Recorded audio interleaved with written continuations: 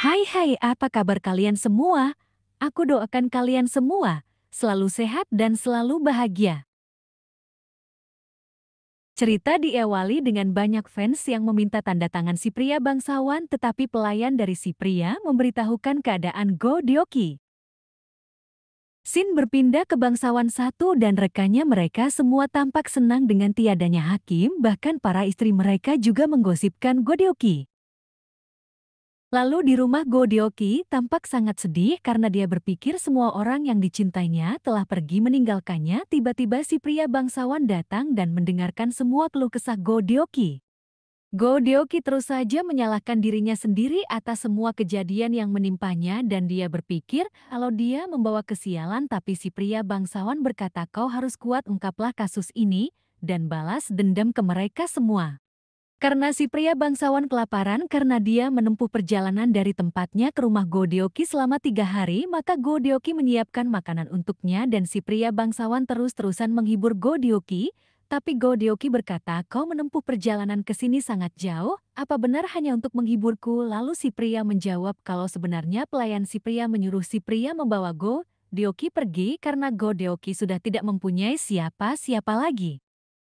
Lalu adik putra Hakim memanggilnya dan Go Dioki menemuinya. Ternyata adik putra Hakim hendak pergi karena tidak mau membebani Go Dioki, tetapi Go Dioki berkata, "Kau tak boleh kemana-mana, aku adalah kakakmu dan kau adikku, aku akan mengembalikan nama baik keluarga." Dan si pria bangsawan mendengar dari dalam kamar, dia tampak sedih mendengar keadaan Go Dioki.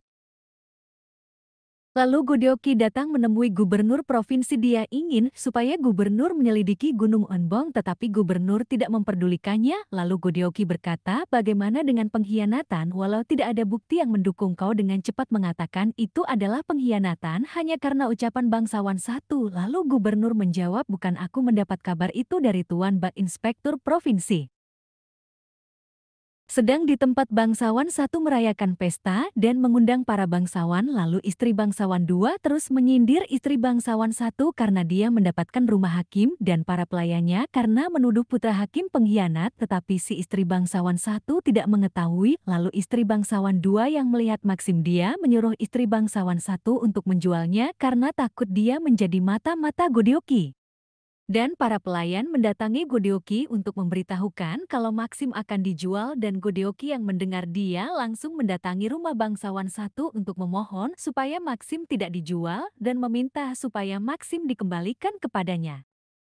Bukannya perlakuan baik yang Go Dioki dapatkan, tapi hinaan dan juga cacian, bahkan dia disuruh berlutut. Dan si istri bangsawan satu tampak kasihan kepada Go Dioki. Dan sedang di dalam Maxim akan bersiap-siap untuk dijual, lalu ada salah satu pelayan yang memberitahu Maxim kalau Go Dioki di luar memohon sambil berlutut, dan Maxim yang mendengar tampak sedih, dan ternyata bangsawan satu yang melihat ketulusan Go Dioki, dan dia juga melihat Go Dioki semalaman berlutut di depan rumahnya, lantas dia pun mengembalikan Maxim kepadanya. Go Dioki dan Maxim berterima kasih kepadanya. Dan istri bangsawan dua tidak senang karena istri bangsawan satu mengembalikan Maxim, dan dia terus menyindir istri bangsawan satu dan juga dia bahkan mengatakan kalau istri bangsawan satu bodoh. Sedangkan Go Dioki sedang merencanakan akan ke Gunung Enbong, tapi dia mencari seseorang yang akan mengawalnya. 열이 없어. Sedangkan si pria 열이. bangsawan di depan rumah Go Dioki, dia mencemaskan keadaan Go Dioki, tetapi tiba-tiba dari belakang dia ditendang oleh adik putra Hakim karena adik putra Hakim mengira kalau si pria adalah kakaknya, bahkan dia juga memarahi si pria, tetapi setelah mendengar penjelasan si pria, akhirnya adik putra Hakim meminta maaf.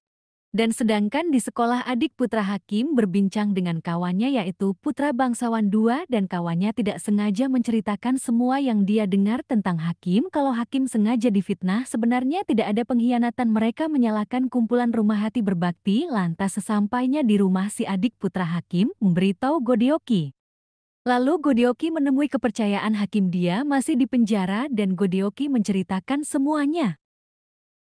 Lalu istri bangsawan satu merasa ada yang tidak beres dengan suaminya, akhirnya dia memutuskan untuk mengecek semua berkas-berkas suaminya. Sontak dia mengetahui kenyataan bahwa suaminya menggali emas, maka dia marah terhadap suaminya, dan dia juga mengetahui bahwa dia juga menfitnah Hakim hingga Hakim dipecat.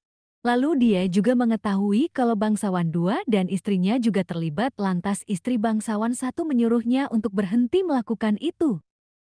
Dan sedang Godeoki sedang mencari senjata untuk persiapan ke Gunung Enbong, dan si pria bangsawan terus mengawasinya ketahuan oleh Godeoki. Lalu si pria bangsawan membahas suami Godeoki ada hubungan apa dengan Hegangkan mereka sama-sama laki-laki. Lalu Godeoki menjelaskan semua rahasia suaminya kalau suaminya itu kaum pelangi, lantas kita menikah untuk menyelamatkan kita masing-masing karena kau tahu aku punya rahasia kalau aku seorang budak dan dia mengetahuinya, ucap Godeoki. Lalu kita memutuskan untuk menikah dan menutup rahasia kita rapat-rapat, ucap Godeoki. Lantas si pria bangsawan marah mendengar kalau Godeoki menikah hanya karena itu, tetapi Godeoki berkata aku harus pergi, ada rencana yang ingin kulakukan.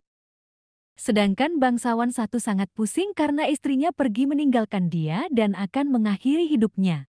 Lantas istri bangsawan 2 menyarankan untuk menyebarkan gosip kalau istri bangsawan 1 pergi dikarenakan menyukai pria lain.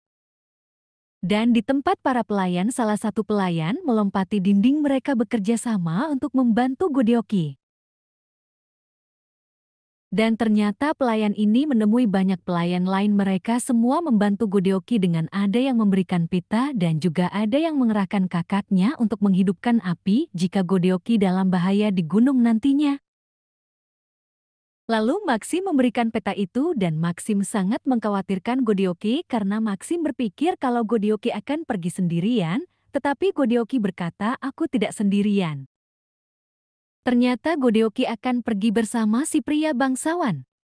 Lalu Godeoki berkata, kau mirip dengan suamiku kalau berpakaian seperti itu, tetapi aku tidak yakin apakah kamu bisa membantuku nantinya dengan lantang. Si pria bangsawan berkata, lihat saja nanti kalau sudah turun dari gunung kau akan berterima kasih kepadaku. Dan Godeoki teringat pesan dari kepercayaan hakim yang ada di penjara, sebelum hakim tiada dia meninggalkan bukti di kuil kecil, ternyata buktinya adalah Hegang yang sedang kritis.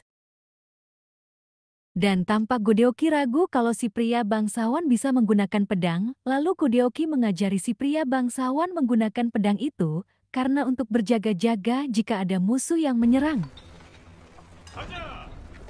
Lalu gubernur provinsi yang mulai curiga dengan bangsawan 1 dia mendatangi rumahnya dan mencoba mengulik-ngulik informasi. Dan dia juga membahas padahal Tuan Bak bukan orang dari wilayah sini, kenapa dia bisa mengetahui kalau di sini ada pengkhianatan, dan bangsawan 1 mencoba mengelak. Lalu bangsawan 1 langsung memberitahu Tuan Bak dan Tuan Bak berkata lakukan sesuatu jika itu penting, nanti aku yang akan bertanggung jawab. Lantas Godeoki dan pria bangsawan beristirahat di sebuah rumah kosong, lantas si pria bangsawan mencoba menghibur Godeoki dengan menghayal kalau mereka ada di sebuah penginapan yang nyaman dan makan enak di sana, lalu Godeoki memujinya kalau si pria bangsawan adalah pendongeng profesional. Sedangkan anak-anak di Gunung Enbong dipaksa memasuki sebuah tempat kecil dan mereka dikurung di sana tanpa makanan dan minuman. Dan tampak si pria kewalahan menaiki gunung, tetapi dia tetap melakukannya demi Godeoki. Dan mereka berhenti sejenak untuk menangkap ikan dan makan sambil berbincang. Si pria bangsawan terus memandangi wajah Godeoki, lantas mereka yang akan pergi tidak menyadari ada yang memantau mereka dari kejauhan. Berhari-hari Godeoki dan pria bangsawan menghabiskan malam di gunung dengan memakan makanan seadanya. Lalu ketika keesokan harinya Godeoki yang akan membangunkan si pria bangsawan, tetapi si pria tampak sangat lelah, lalu Godeoki membiarkan dia beristirahat sebentar. Dan ternyata mereka berdua sedang diawasi oleh prajurit suruhan bangsawan 1 dan mereka akan menghabisi Godeoki dan si pria. Lantas Godeoki mulai menyadari kalau banyak tanaman sikat botol di perjalanannya, berarti mereka membutuhkan anak-anak kecil untuk mengambil emas. Dan lalu tiba-tiba prajurit datang untuk menghabisi Godeoki, tetapi Godeoki melawan mereka. Godeoki mencoba untuk melarikan diri bersama si pria, tetapi para prajurit bangsawan 1 terus mengejarnya dan akhirnya dia pun terpojok, lalu si pria bangsawan mempunyai inisiatif untuk melompat ke laut untuk menyelamatkan Godeoki dan dirinya. Dan Godeoki yang tak bisa berenang hampir tenggelam, tetapi si pria bangsawan menyelamatkannya.